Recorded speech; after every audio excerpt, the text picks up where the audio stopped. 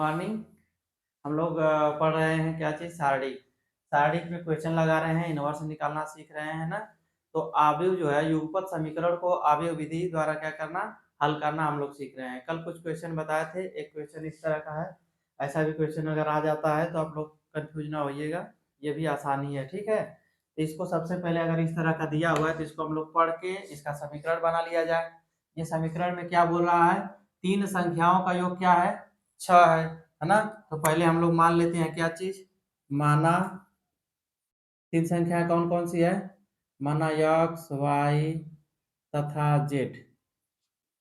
ठीक, तीन संख्याएं हैं, ठीक ना। इसको मान लेते हैं तीन संख्याएं हैं जो दिया हुआ है, संख्या है। अब इसके अनुसार प्रश्नानुसार हम लोग देखेंगे क्या क्या दिया है। यक्स पहली संख्या, या दूसरी संख्या, या तीसरी संख्या हम लोग मान लिए। तीनों संख्याओं का योग दिया हुआ है, कितना, 6 दिया हुआ है। एक एक समीकरण हमारा बन गया।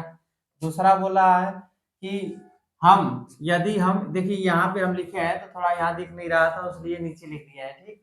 तो उसको समझ लीजिएगा। तो 6, यदि हम तीसरी संख्या को 3 से गुणा करके, तो तीसरी संख्या क्या है हमारा, जेड।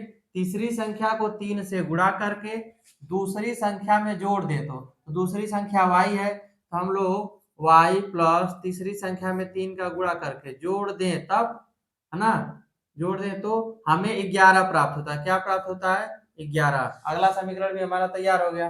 फिर कराएंगे, पहली और तीसरी संख्या को जोड़ने से, पहली और तीसरी संख्या को जोड़ने से हमें दूसरी संख्या का दोगुना प्राप्त होता है। तो पहली संख्या x प्लस दूसरी संख्या क्या है, y को जोड़ने से, नहीं तीसरी संख्या क्या है, z।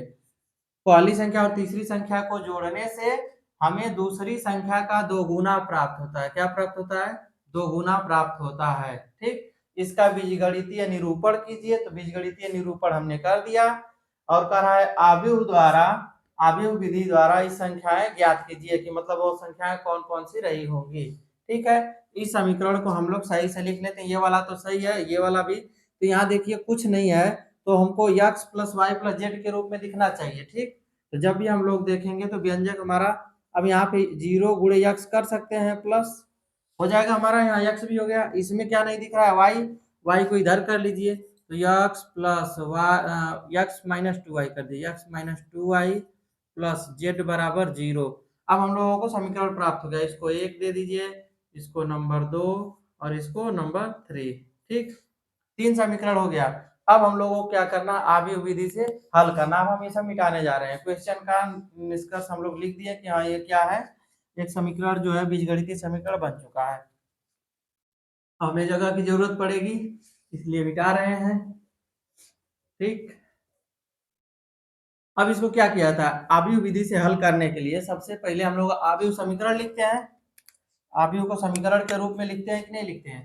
तो यहाँ पे हम लोग आव्यूह को समीकरण के रूप में लिखने का समीकरण होता है क्या चीज, x बराबर ए इनवर्स बी, ठीक।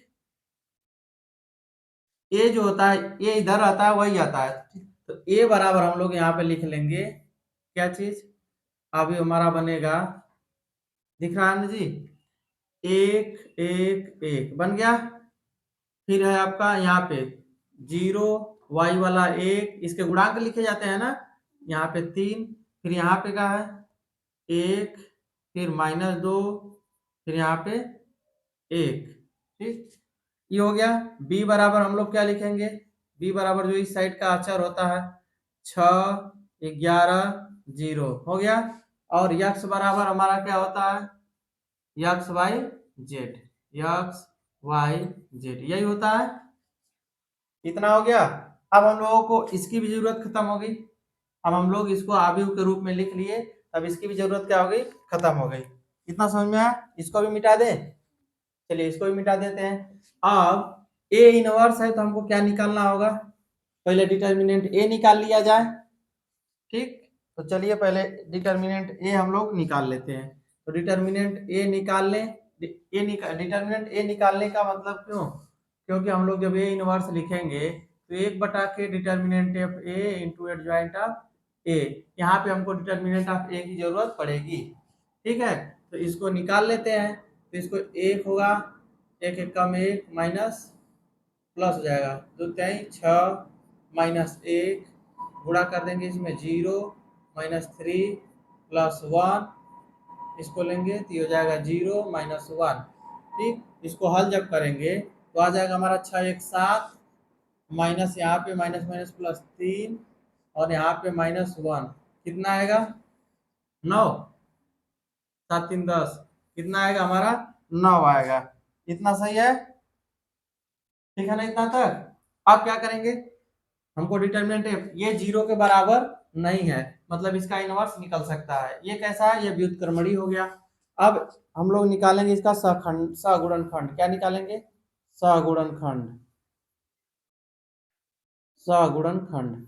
तो किसका, ए का, किसका, अवयव ए का सहगुणनखंड। तो अवयव ए का सहगुणनखंड के लिए a11 निकालेंगे। तो a11 ये वाला छोड़ेंगे, ये छोड़ेंगे, कितना होगा 1 माइनस प्लस हो जाएगा 2 तिहाई 6, कितना आएगा 7। फिर a12 करेंगे तो माइनस होगा, तो माइनस से होगा तो इसको छोड़ेंगे, इसको छोड़ेंगे 0 माइनस 3, कुल मिला के क्या आएगा यहाँ पे +3। फिर a13 करेंगे, इसको छोड़ेंगे, इसको तो हो जाएगा 0 माइनस 1, मतलब ये हो गया हमारा -1।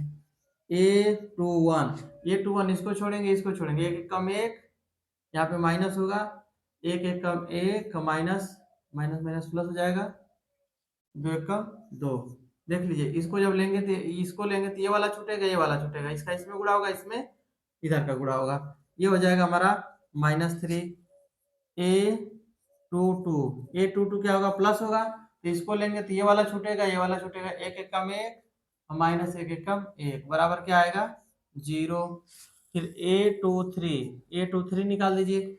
a23 ये वाला लेंगे तो ये छूटेगा, ये छूटेगा, 2 एक कम 2, मतलब यहाँ पे माइनस होगा, -2, ये वाला ले रहे हैं, ये छूटेगा, ये छूटेगा, ये छूटेगा, -2 फिर -1, कितना हो जाएगा -3 होगा, तो यहाँ पे 3 हो जाएगा।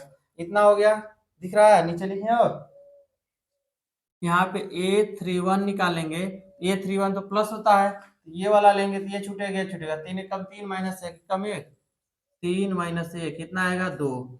फिर a32 कितना आएगा, इसको लेंगे, ये छूट जाएगा, ये छोड़ा, 3 एक कम 3 -0, यहाँ पे माइनस होगा, 32 है तो 3 एक कम 3, इसको कौन सा है 32 है ना, तो इसको छोड़ेंगे, इसको छोड़ेंगे, 3 एक कम 3 -0, बराबर आ जाएगा हमारा -3।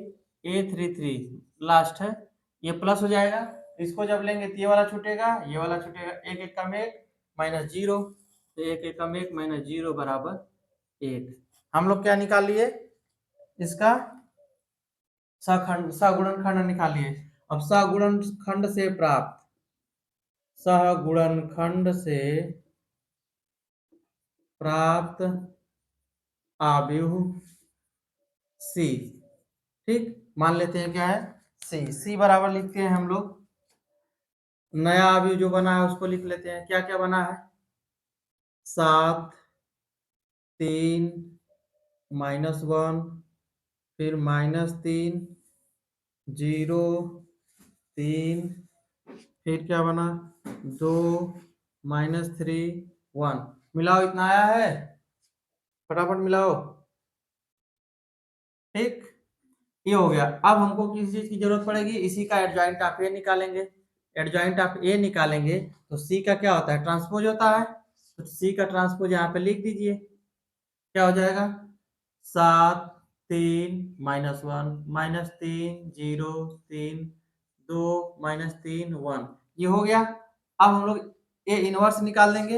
ए इनवर्स बराबर हमारा हो जाएगा 1 बटा कितना 9, डिटर्मिनेंट ऑफ ए होता है तो 1/9, और ये वाला अवयव लिख देंगे 7 3 -1 -3 0 3 2 -3 1, ये हो गया।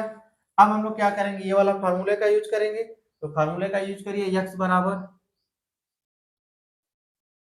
x बराबर है, तो x का मतलब क्या होता है, x y z बराबर ए इनवर्स है, कितना है 1/9 7 -3 2, फिर है 3 0 -3, फिर है -1 3 1।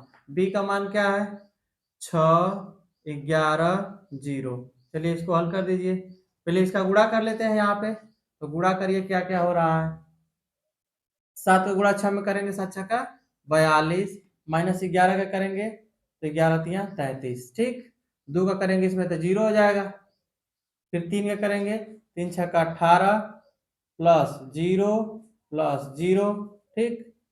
फिर यहाँ पे करेंगे तो माइनस हो जाएगा 6, फिर 11 तिया 33 प्लस 0। चलिए एक्स वाई जेड बराबर 1/9 क्या आएगा, यहाँ पे हल करेंगे तो कितना आ रहा है घटाइए। 12 में से 9 मतलब यहाँ पे 9 बचेगा, यहाँ पे 18 और यहाँ पे कितना आएगा बताइए। 27, कितना आएगा 27। चलिए अब 9 इसमें 1/9 का क्या कर देंगे गुणा, यहाँ पे हो जाएगा 1 2 3, ठीक। और इधर हो जाएगा एक्स वाई जेड, हो गया। अब यहाँ पे x बराबर क्या आएगा, जब अभिभोग की तुलना करेंगे दोनों तरफ से समान अभिभव है तो x बराबर 1, y बराबर 2 और z बराबर 3। देखिए आप लोग ज्यादातर क्वेश्चन आप लोगों को जो मिलेगा उसमें यही 1 2 3 ही आता है आंसर, ठीक है। तो इस तरह के क्वेश्चन को हम लोग ऐसे ही लगाएंगे, बात समझ में आए। अब इसके बाद हम लोग पढ़ेंगे क्रेमर रूल, ठीक। क्रेमर नियम, जब कुछ इससे भिन्न प्रकार का अगर आ जाएगा समीकरण, उसको कैसे हल किया जाएगा उसके बारे में थोड़ा सा नियम हम लोग जान लेते हैं, फिर पढ़ते हैं आगे।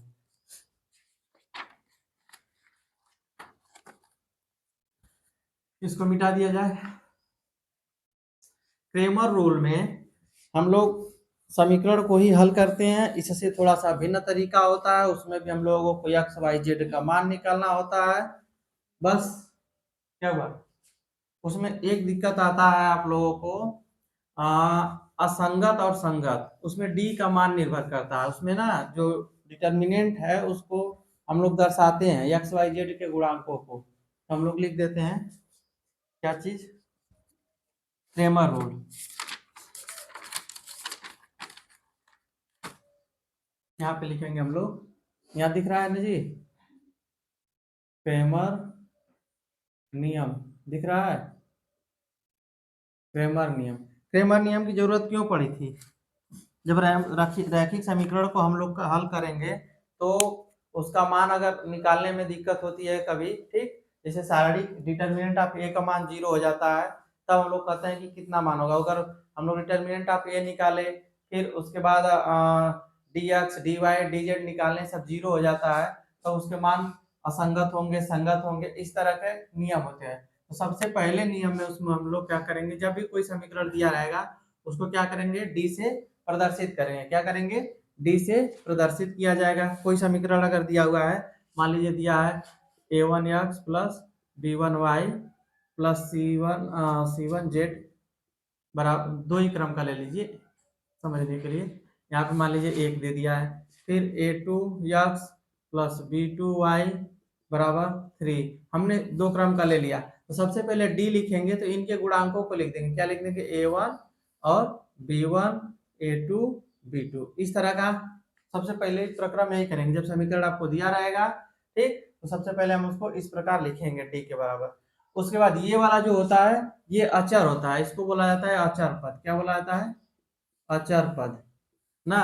उसके बाद अचर पद को क्या करेंगे, अचर पद को इसके प्रथम स्तंभ के स्थान पे रिप्लेस करना। दूसरा दूसरा क्रम में हम लोग करेंगे, इसके अचर पद को दिए हुए अवयव के गुणांकों से इसके प्रथम स्तंभ के स्थान में उसको रिप्लेस कर देंगे, तो उसको लिखेंगे dx। क्या लिखेंगे, dx। और dx लिखेंगे तो उसको ऐसे लिखेंगे, 1 3 यहाँ हो जाएगा b1 b2। ये काम कर देंगे, इसका मान निकालेंगे, फिर इसका मान निकालेंगे, फिर तीसरा काम करेंगे dy आ जाएगा। उस समय dy जब आएगा तो इसके दूसरे स्तंभ को इसके अचर पद से रिप्लेस करेंगे और पहले वाले को ज्यों का त्यों रहने देंगे। तो a1 a2, फिर यहाँ पे कर देंगे 1 3, इसका भी मान निकालेंगे। बात समझ में आई। जब इन दोनों का मान निकल जाएगा, उसके बाद अगर 3 क्रम का है तो चौथा में अगला भी निकालेंगे, dz निकालेंगे, ठीक। dz का भी मान आएगा कुछ ना कुछ। अब हम लोग जब इस तरह का मान निकालना जान जाएंगे स्तंभ को रिप्लेस कर करके। तो अगर डी बराबर अगर 0 आ गया तो बोलेंगे कि ये जो समीकरण है ये असंगत है, इनका कोई हल नहीं होगा। बस समझ में, इसका कोई हल नहीं होगा, केवल डी अगर 0 रहेगा। अगर ये वाला भी 0 हो जाए, ये भी 0 हो जाए, ये भी 0 हो जाए, तीनों 0 हो जाए तो डी एक्स बराबर भी 0, डी वाई बराबर भी 0, डी जेड बराबर भी 0। तो इस तरह के मान को बोलेंगे कि इसके अनंत हल होंगे। क्या होंगे? अनंत हल होंगे। और ये असंगत है, असंगत के साथ साथ क्या इस होंगे? अनंत मान इसके आएंगे। बात समझ में आई? कितना बात समझ में आ रहा है ना? जब इस तरह का हो जाएगा तो हम लोग बोलेंगे कि अनंत हल होंगे। अब अगर dx 0 के बराबर ना हो, क्या हो? 0 के बराबर ना हो, तब हम लोग बोलेंगे कि इसका एक मान होगा। ठीक, इसका एक मान होगा और ये क्या रहेगा? संगत रहेगा। तो ये भी लगभग 0 के बराबर नहीं आएंगे। कोई भी अगर एक आठ 0 के बराबर नहीं आ रहा है तो इसका कोई ना कोई एक मान निकलेगा। अगर सब के सब 0 आ गए तो असंगत हो गए। अगर ये वाला खाली 0 आ गया, खाली डी 0 आ गया इसका मान, और बाकी सब 0 नहीं हो रहे हैं, तब भी ये असंगत हो जाएगा। क्या हो जाएगा? असंगत हो जाएगा और इसका कोई हल नहीं होगा। अगर ये 0 ये सारे सारे 0 हो गए तो ये असंगत के साथ साथ अनंत मान इसके निकल सकते हैं।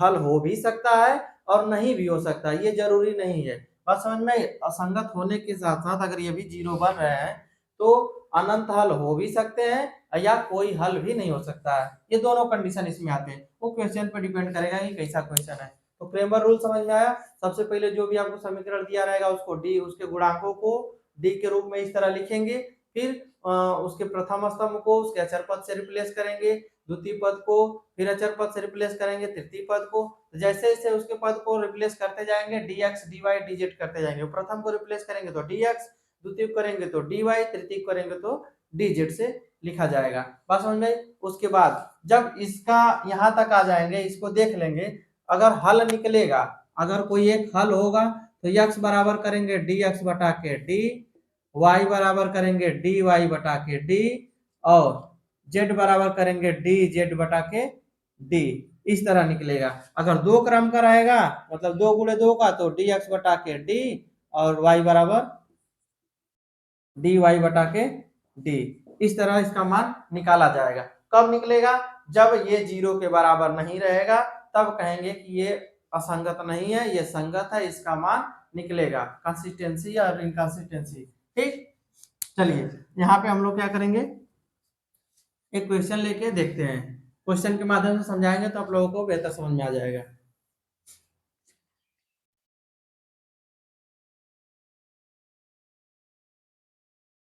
आपके क्वेश्चन में पूछता है, जब तक कहेगा नहीं कि क्रेमर रूल से ना मत लगाइए, चाहे जब तक कोई चीज बता ना दे साफ साफ कि हाँ आपको इस आव्यूह का मान एक्स वाई जेड का मान क्रेमर रूल से लगाना है, इनवर्स निकालना है, जब तक नहीं बताता है तब तक आप किसी भी तरह से लगाइए। अगर कह देगा कि नहीं क्रेमर रूल से हल कीजिए तो क्रेमर रूल ही लगाना होगा। अगर कह देगा कि प्रारंभिक विधि द्वारा इनवर्स निकालिए, प्रतिलोम निकालिए, तो आपको प्रारंभिक विधि ही लगाना होगा। अगर नहीं दे रहा है तो आराम से एडजॉइंटे वाला फॉर्मूला लगा देंगे, एकदम फटाक से आ जाएगा। चलिए एक क्वेश्चन दिया हुआ है आपका, 4x प्लस 6y बराबर है 14। फिर है आपका 12x प्लस 18y बराबर 32। ये दिया हुआ है, ये क्वेश्चन आपका दिया हुआ है। सबसे पहले दिए हुए आव्यूह को, दिए हुए समीकरण को किस फॉर्म में लिखते हैं? डी के फॉर्म में लिखा जाता है। डी के फॉर्म में लिखेंगे, क्या करेंगे, इसके गुणांकों को 4, 6, 12, 18 इस तरह इसको लिख लेंगे। ठीक, उसके बाद इसका मान निकालेंगे। इसका मान क्या आएगा बताइए? 18 चौक 72 माइनस 12 छक 72, ये आ गया 0। यहां तक तो 0 आ गया तो हम लिख देंगे कि इसका मान क्या है? ये असंगत है। ये समीकरण क्या है? लिख देंगे समीकरण असंगत है। अब थोड़ा सा आगे बढ़ के देख लिया जाए, क्या डी एक्स डी वाई भी 0 हो रहे हैं? तो यहाँ पे लिखेंगे डी के प्रथम स्तंभ को किससे? अचर पद से क्या करेंगे?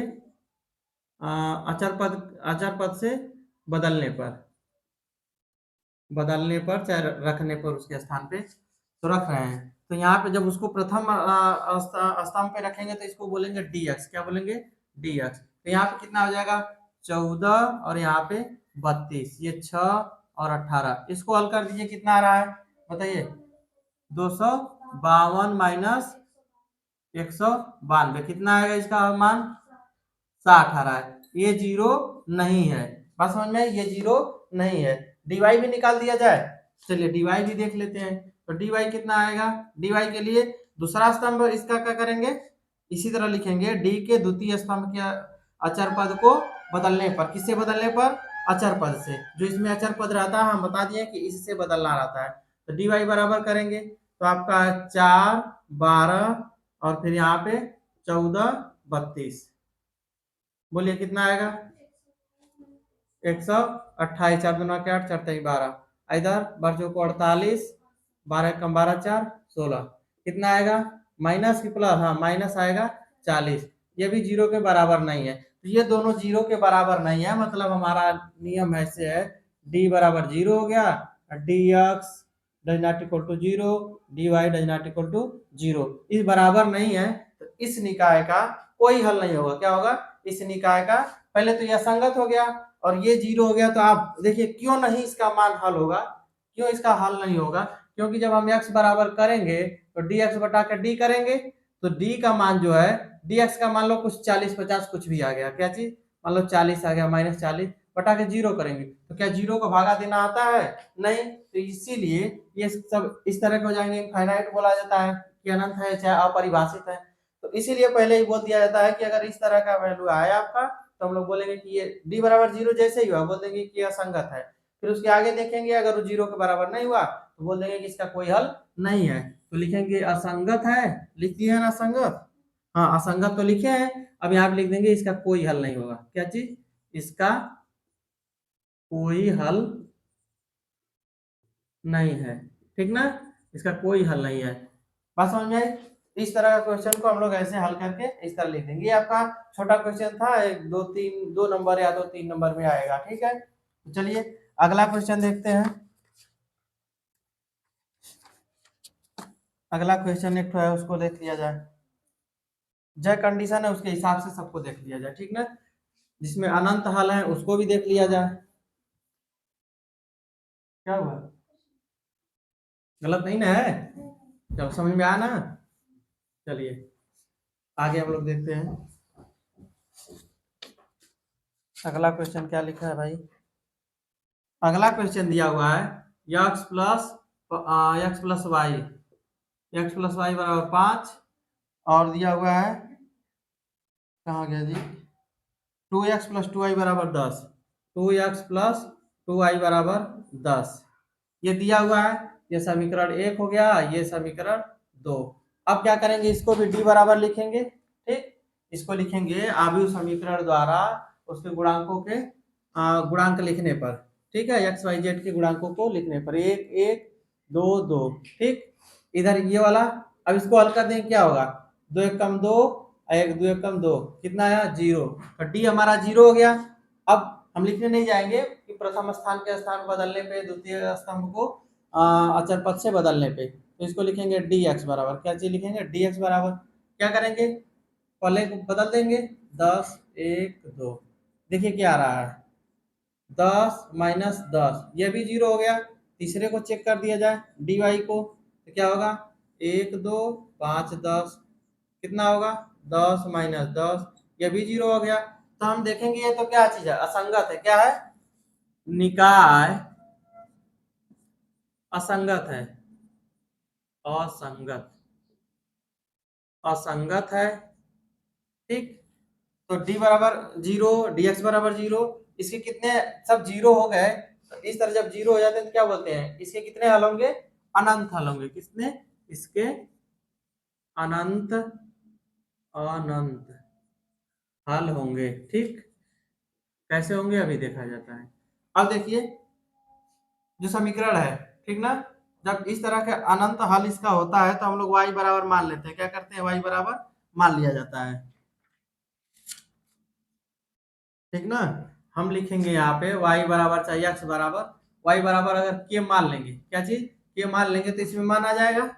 यहाँ पे लिखेंगे क्या चीज x बराबर, यहीं से निकला है ना, तो x माइनस क्या हो जाएगा x प्लस के। अच्छा ऐसे लिख सकते हैं 5 माइनस के, एक्स का मान निकालने के लिए। ठीक, तो इस तरह का होगा। अब बताइए के जो है, जहां के मान कितने हो सकते हैं, 1 2 3 4 डॉट डॉट इस तरह के मान हो सकते हैं। तो हमेशा एक नया नया मान निकलता आएगा, जब वो निकल जाएगा तो फिर यहाँ पे रख देंगे, दूसरा मान हो जाएगा। तो इसके कितने हल आ रहे हैं आपके, अनंत हल आ रहे हैं। बात समझ में आई, इधर लिख दीजिए आदि, मतलब आदि तक ये और भी इस तरह के मान रखे जा सकते हैं। इसका कितना हल होगा, अनंत हल होगा। इतना बात समझ में आया। चलिए अगला एक क्वेश्चन और लगा लेते हैं। दो तरह का हो गया, एक तो हो गया कि असंगत था, उसका कोई हल नहीं था। एक हो गया कि वो असंगत है लेकिन उसके अनंत हल है। अब अगला कौन सा रह गया, अब संगत है और उसके एक हल होंगे, इस तरह का क्वेश्चन लिखा जाए। ठीक है, दिया हुआ है 3x माइनस 2y बराबर 5, फिर दिया हुआ है 4x प्लस वाई बराबर 14, ये दिया हुआ है। क्या करेंगे, d बराबर लिखेंगे इसको। चलिए 3 - 2 4 1, हल करिए। 3 होगा, इधर प्लस 4 दूना के 8, कितना आया 11। ये जीरो के बराबर नहीं है, तो जीरो के बराबर नहीं है तो क्या बोलेंगे, ये संगत है। निकाय कैसा है, निकाय संगत है। ठीक, अब क्या करेंगे, dx निकालेंगे, मतलब इसके प्रथम स्तंभ को इसके अचर पद से क्या करेंगे, रिप्लेस करेंगे। तो रिप्लेस करेंगे तो क्या लिखेंगे यहाँ पे, 5 14 माइनस 2 1, इसका मान देखिए 5 प्लस 14 दुना के 28, कितना आएगा 33, क्या आया 33, ये अभी जीरो नहीं है। ठीक, अब उसके बाद dy देख लिया जाएगा, तो dy करेंगे। लेकिन आप लोग जब एग्जाम में लिखिएगा तो यहाँ पे लिखना है आपको, यहाँ पे लिखा जाएगा कि डी के प्रथम स्तंभ को उसके अचर पद से बदलने पर, उसके स्थान पे लिखने पर dy में भी लिखेंगे, dz में भी लिखेंगे, सब आपको लिखना होगा, बस हम आपको तरीका बता रहे हैं। ठीक है, तो यहाँ पे हो जाएगा आपका 3 4 माइनस 2 1, इसको कर लीजिए, ये हो जाएगा 3 और प्लस 4 दुना के 8, कितना आया 11, ये भी जीरो के बराबर नहीं है। तो हम देख रहे हैं कि D does not equal to zero, D X does not equal to zero, D Y does not equal to zero. जब ये तीनों जीरो नहीं है तो इसका कितना हल होगा, इसके केवल एक हल होंगे। कितने होंगे, केवल एक हल होंगे। ठीक, चलिए इसके जब एक हल होंगे तो हम लोग क्या करेंगे, x बराबर dx बटा के d और y बराबर dy बटा के d। तो dx बटा के d का मतलब कितना है, dx बराबर 33 है बटा के 11, कितना आया 3। ठीक, y का करेंगे तो dy का मान कितना आया है, dy का मान 11 है बटा के इसका मान कितना हुआ 11, कितना आया 1। तो x का मान x का मान 3 और y का मान 1, इस तरह क्वेश्चन को लगाया जाएगा। बात समझ में आ रही है।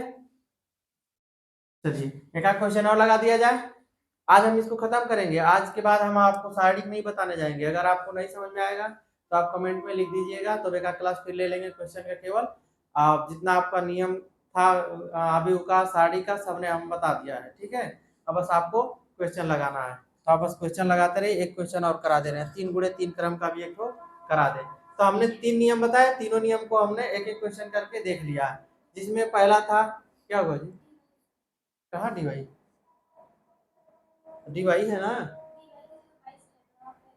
अच्छा यहाँ पे अरे हाँ, यहाँ पे तो दूसरे स्थान को इसको रिप्लेस करना था, हम भूल गए। चलिए देख लेते हैं, कितना होगा 14 42 पंचों को 20, कितना आएगा यहाँ पे 22। तो यहाँ पे बदल दीजिए, ये कोई बहुत बड़ा वो नहीं है। ठीक है, अब हो गया, अब सही है। नियम बता दिए ना। मेन चीज देखिए, नियम कैसे कैसे इसको हल किया जाता है। ये तो अंकी सॉल्यूशन है, इसको तो आप लोग उतना कर ही लेंगे। अब प्राइमरी में थोड़ा पढ़ रहे हैं कि हाँ जोड़ घटाना गुणा भागा नहीं का, हमारा मेन ध्यान रहता है आप लोगों को समझाने पे कि कैसे समझाया जाए। तो हमने जितना बोला शुरू शुरू में तीनों नियम समझा दिए। अब एक तो 3 गुणे 3 का कर ले आप लोग का, हो सकता है लगे कि नहीं बस छोटका छोटका क्वेश्चन लेके चल रहे हैं और बड़ा क्वेश्चन नहीं बता रहे हैं। तो एक क्वेश्चन और समझ लीजिए उसको भी। 3 गुणे 3 का है। देखिए इनवर्स वाले से आसान है कि नहीं? क्रेमर रूल सबसे आसान है। इनवर्स वाला जो हम लोग निकालते थे, उसको क्या बोलते हैं, युगपत समीकरण को हल करते थे आव्यूह समीकरण द्वारा, तो उससे भी ये आसान रूल है एक्स वाई जेड का मान निकालने के लिए। ठीक है, अगर बोलेगा तो आराम से लगा दिएगा, नहीं अगर इनवर्स निकाल, अरे हाँ एक्स वाई जेड का मान निकालने के लिए बोल दिया है, अगर नहीं बोलेगा कि क्रेमर विधि से नहीं करना है तब तो मत कीजिएगा, अगर बोला तो जरूर कर दीजिएगा। ठीक है, एक क्वेश्चन दिया हुआ है एक्स प्लस 3y प्लस कितना है जी जेड बराबर 5।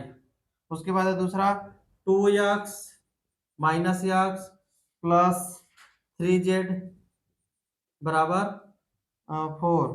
फिर है x minus 2y plus 5z बराबर 4। ये आपका दिया हुआ है। तो जब इस तरह का क्वेश्चन दे दे तो तुरंत हम लोग क्या करते हैं, डी लिखते हैं। ठीक, डी का मतलब वही डिटर्मिनेंट हुआ।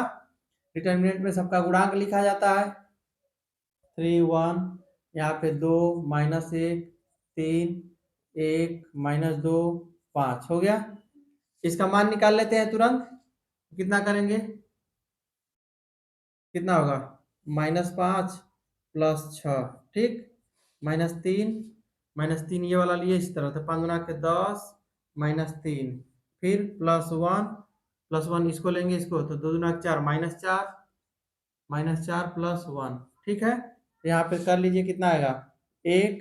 यहाँ पे -3 गुणे 7 करेंगे तो 21, और यहाँ पे करेंगे तो माइनस कितना हो जाएगा 3। कितना आ रहा है, कितना आएगा -23 हो गया ये। अब क्या करेंगे हम लोग, प्रथम स्तंभ को उसके अचर पद से रिप्लेस करेंगे। तो यहाँ पे लिखेंगे dx के लिए करेंगे तो यहाँ पे हो जाएगा 5 4 4, गलत नहीं ना है, मिलाते रहना। -3 2 1 3 5, इसका भी मान निकाला जाए। ये 0 के बराबर नहीं है, लिख देंगे ये 0 के बराबर नहीं है तो क्या है, संगत है। संगत है तो इसका एक हल होगा। ठीक, इसको करिए 5 लेंगे पहले, तो 5 लेंगे, ये वाला छूट जाएगा -5 और 3 दुना के 6। ठीक है, यहाँ पे इसमें यहाँ पे -2 है ना जी, यहाँ पे हो जाएगा प्लस है। देखो एक चिन्ह गड़बड़ होगा तो कैसे तुरंत गड़बड़ हो जाएगा, ध्यान से देखते रहो। ठीक, ये हो जाएगा -3, तो -3 लेंगे तो ये वाला छोड़ेंगे, ये वाला छोड़ेंगे, बच्चों को 20 और -12। ठीक, प्लस 1 लेंगे तो 1 लेंगे तो इसको छोड़ेंगे, इसको छोड़ेंगे, -4 -4 गुना के 8 होगा, -4 गुना के 8 आप +4। ठीक, तो इसको हल कर दीजिए, कितना आएगा, ये हो जाएगा यहाँ पे तो 1 होगा तो 5 माइनस यहाँ कितना हो जाएगा 3 गुणे 8 8 लिखे 24, और यहाँ पे माइनस हो जाएगा आपका 4। घटा दीजिए कितना आएगा, 24 4 28 हो जाएगा। यहाँ पे भी आया आपका -23, डज नॉट इक्वल टू 0, ये भी हो गया। अब क्या करेंगे, डी वाई का मान निकाल लेते हैं। डी वाई का निकालने के लिए दूसरे स्तंभ को क्या करेंगे, अचर पद से रिप्लेस करेंगे। तो पहले वाले को ज्यों का त्यों रहने दीजिए। पहले वाला 1 2 1 था, दूसरे को रिप्लेस करें 5 4 4 था, तीसरा वाला 1 3 5 यही था ना। चलिए इसको हल कर लीजिए। 1 5 को 20 -4 12 -5, -5 लेंगे तो क्या होगा, ये वाला हल्का चला है, दूसरा तो कितना हो गया -5, इसको लेंगे इसको छोड़ेंगे, 5 गुना के 10 -3, फिर क्या हुआ तीसरा लेंगे +1, तो फिर क्या होगा, ये 4 गुना के 8 और -4 मिलाते रहो, कितना हो जाएगा यहाँ पे 8, यहाँ पे 35, और यहाँ पे +4 ना, हाँ यहाँ पे +4, घटाएंगे तो कितना आएगा 8 4 12 घटाएंगे तो आ जाएगा 20 का भी -23 इज नॉट इक्वल टू 0। हमने वाई भी निकाल लिया। अब क्या रहेगा, डीजेड भी है तो डीजेड को तीसरे स्तंभ को रिप्लेस किया जाएगा। तो 1 2 1, फिर दूसरा अपना 3 -1 -2 था, 5 4 4 अचर पद को क्या करते रहे हैं, रिप्लेस करते रहे हैं। ठीक, देखिए जिसको रिप्लेस करना होता है इस तरह भी ध्यान दीजिए, जब डी वाई लिखे तो वाई वाले को छोड़ दिए, जेड डी जेड लिखे जेड वाले को छोड़ देंगे, यक्स लिखे यक्स वाले को छोड़ दिए, बस वही करना है फटाफट। ठीक, अब यहाँ पे हम लोग इसका भी मान निकाल लिया जाए। एक लेंगे, ये वाला छूटेगा ये छूटेगा, कितना होगा -4 और माइनस माइनस प्लस 8। ठीक है, यहाँ पे -3 लेंगे तो ये वाला छूटेगा ये वाला छूटेगा, 4 दूना के 8 -4। ठीक है, यहाँ पे भी तीसरा लेंगे +5 तो क्या होगा, इसको छोड़ेंगे इसको छोड़ेंगे, 2 दूना के 4 -4 और +1, सही है ना। यहाँ पे इसका मान क्या आ जाएगा 4, यहाँ पे -3 गुणे कितना होगा 4, 3 चौको 12 कर दें, यहाँ पे 12, यहाँ पे कितना होगा 5 3 15, 3 होगा ना इसमें माइनस होगा 15, कितना हो जाएगा इसका भी -23। ठीक, सब क्या है 0 के बराबर नहीं है, तो हम लोग कहेंगे इसका एक हल जरूर है। क्या है, केवल एक हल है, लिख लीजिए केवल एक हल होगा। संगत तो ही है, पहले ही चेक हो गया था। ठीक, एक हल होगा तो क्या करेंगे, यक्स बराबर निकालेंगे वाई बराबर, तो यक्स बराबर होता है डी एक्स बटा के डी, वाई बराबर होता है डी वाई बटा के डी, और जेड बराबर होता है डी जेड बटा के डी। हो गया, सबका मान निकाल दीजिए। इस यहाँ होगा -23 बटा के 23। ठीक, y बराबर भी होगा -23 बटा के -23, और यहाँ पर भी हो जाएगा आपका क्या हुआ जी, z बराबर -23 बटा के -23। सब काट दीजिए, सब आएगा हमारा x बराबर भी 1, y बराबर भी 1 और z बराबर भी 1। बात समझ में आई। अब आप लोगों को जितना आंसर पेपर में मिलेगा अभी से 15 नंबर आप लोगों का क्लियर हो गया है। ठीक, अब आप लोग नहीं आएगा क्वेश्चन का प्रैक्टिस कीजिएगा, तो वो चीज़ आप लोग कमेंट में लिख दीजिएगा, नहीं आएगा तो हम फिर दोबारा बना देंगे। इसके बाद अब अगला चैप्टर हम लोग कल से पढ़ेंगे। ठीक है, आज के लिए रहने दीजिए।